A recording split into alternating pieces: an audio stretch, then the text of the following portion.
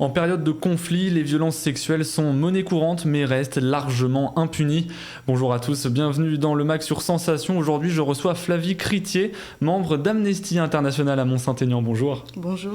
Alors depuis toujours et avec une grande constance, les violences sexuelles sont présentes dans chaque conflit sans exception. Pour commencer, pouvez-vous clarifier ce que l'on entend par violence sexuelle? Quelles différentes formes peuvent-elles prendre? Les violences sexuelles dans les conflits armés, c'est des actes sexuels non consentis sur des populations vulnérables.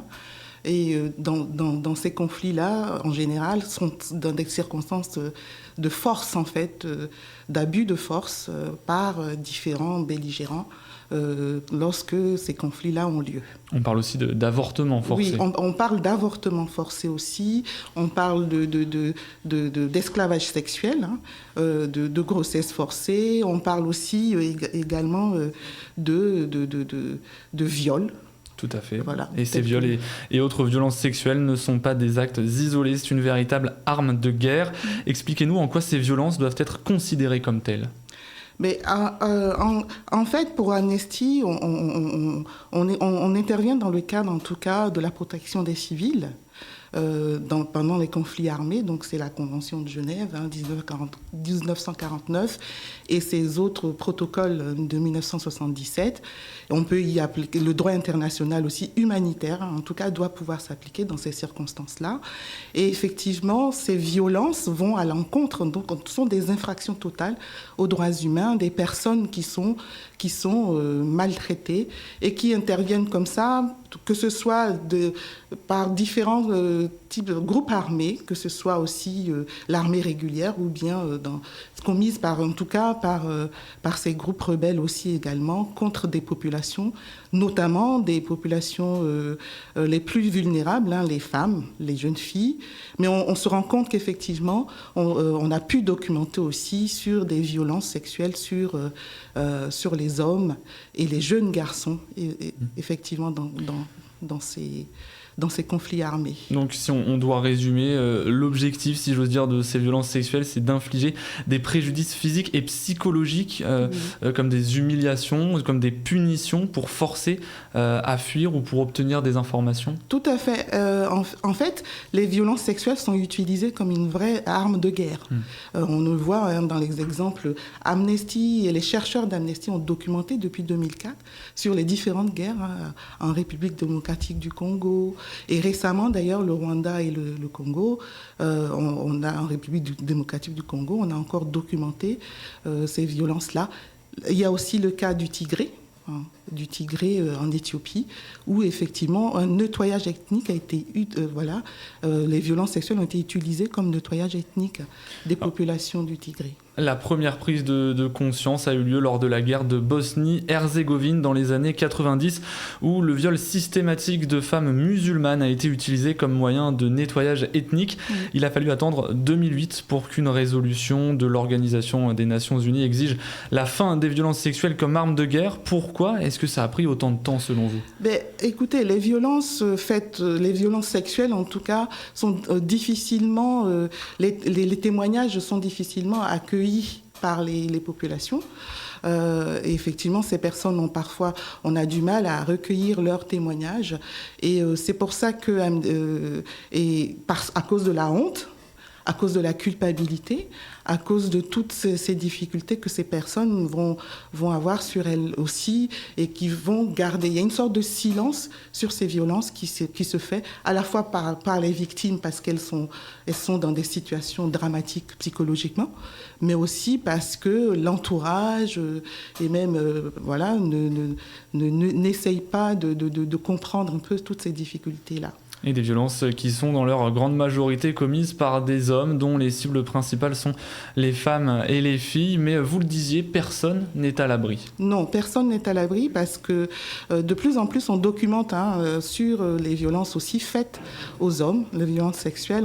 On a eu par exemple dans les rapports qu'Amnesty a pu produire, notamment en République démocratique du Congo, il y a eu du témoignage d'hommes qui se sentent justement rejetés par leur famille, par la société, parce qu'ils ont pu briser ce tabou-là de témoigner justement sur les violences sexuelles qui ont été commises à leur encontre. Comme je le disais, l'ONU s'est emparée du problème en 2008 et les choses avancent petit à petit, notamment grâce au travail des ONG comme Amnesty International.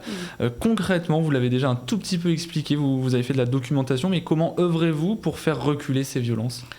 Avec Amnesty, c'est le droit international humanitaire, comme on l'a dit. Donc, on va enquêter, on va recueillir des témoignages. Par exemple, dans les violences faites aux femmes sur la guerre du Darfour, ce sont des femmes qui étaient dans des camps de réfugiés qui ont pu témoigner, des dizaines et des dizaines de femmes qui ont témoigné. Donc leur témoignage est recueilli, on enquête, on fiabilise ces données et puis on fait du plaidoyer aussi auprès des États, parce que c'est aussi le devoir des États de pouvoir justement enquêter, documenter et prendre des mesures pour pouvoir justement agir contre ceux qui ont commis ces crimes-là. Et comment fait-on pour documenter ces crimes et recueillir les témoignages ? Est-ce que vous avez facilement des personnes qui témoignent ? C'est pas trop dangereux pour elles ? C'est dangereux pour les défenseurs de droits justement d'aller là où les États eux-mêmes ne vont pas. Mais les enquêteurs, les chercheurs sont sur place. Ils vont dans des camps de réfugiés, par exemple, et on recueille la parole des familles. J'ai envie de dire également que parfois sur place, il y a aussi des personnes qui interviennent pour aider les femmes qui ont été violées.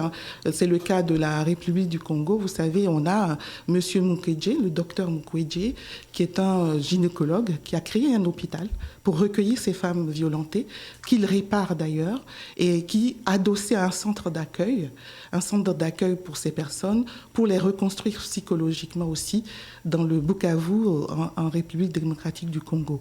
Donc ces personnes-là aussi documentent avec les ONG sur les viols de ces femmes qui peuvent parler et enfin pour se reconstruire aussi. Et les conséquences de toutes ces violences sont toujours dramatiques pour les survivants au niveau physique, avec des blessures qui peuvent laisser de lourdes séquelles, psychologiques aussi bien sûr, là encore avec des répercussions à vie, mais aussi bien souvent des conséquences économiques et sociales. Pourquoi ? Tout à fait, parce que se reconstruire, c'est aussi être accepté par la société dans laquelle. On sait que par exemple avec la situation du Rwanda, du Congo, etc., et y compris même en Syrie, ces personnes qui ont été violentées, dès lors qu'elles ont témoigné, elles sont à la vue, au su de la société qui les rejette. Les familles les rejettent, la société les rejette, et du coup, d'un point de vue social, elles ne peuvent plus avoir accès à des droits sociaux. Et c'est aussi pour ça que ces violences-là ont des conséquences très, très dramatiques. D'un point de vue physique, on n'en parle pas. Ça, c'est des maladies, jusqu'au VIH. Ouais. Jusqu'au VIH que ces personnes subissent, et psychologiquement aussi d'ailleurs. Tout à fait. Malgré l'interdiction des violences sexuelles dans les situations de conflit, dans le droit international dont vous parliez, beaucoup de ces crimes restent impunis. Alors qui est responsable de faire appliquer ce droit ? Pourquoi il n'est pas souvent respecté ? Il n'est pas respecté parce que les États ne respectent pas le droit international humanitaire. Notre travail, nous, à Amnesty, on documente, on enquête, on fait du plaidoyer auprès des États, on exige d'eux, en tout cas, qu'ils puissent agir auprès justement pour que ces crimes ne soient pas impunis. C'est quoi les risques pour les États qui ne respectent pas le droit international ? Comment les convaincre, les obliger à respecter ce droit ? Ces États ont signé des conventions internationales. Tout ce qu'on attend, c'est qu'ils respectent ces conventions, qu'ils permettent aussi justement qu'il n'y ait pas d'impunité. Tout à l'heure, j'ai ma collègue qui a parlé on lutte contre l'impunité de tous ceux qui commettent ces crimes-là. On sait que, par exemple, le statut de Rome de la CPI, de la Cour pénale internationale, a dit dans l'article 7 que toutes ces violences sexuelles, lorsqu'ils sont commises dans des conflits armés ou lorsque c'est un groupe social qui est attaqué, sont des crimes contre l'humanité. Et on attend que justement les États fassent tout pour pouvoir condamner les personnes. Et très rapidement, pour finir, ces violences sexuelles existent dans tous les conflits armés. L'Ukraine ne fait pas exception. Dans ce cas précis, la volonté politique de punir ces violences existe, les moyens aussi. Alors pensez-vous que tous les responsables de violences sexuelles pourront être jugés très rapidement ? A priori, non, mais on espère en tout cas avec la question de la compétence universelle. On sait qu'on a évolué en France sur cette question-là, qui va permettre peut-être de condamner des criminels de violences faites aux femmes, de violences sexuelles. Merci beaucoup Flavie Voilà. Cloutier d'avoir été avec nous sur Sensation. Merci d'avoir suivi cette émission. Vous pouvez la retrouver sur notre site et notre application Radio Sensation.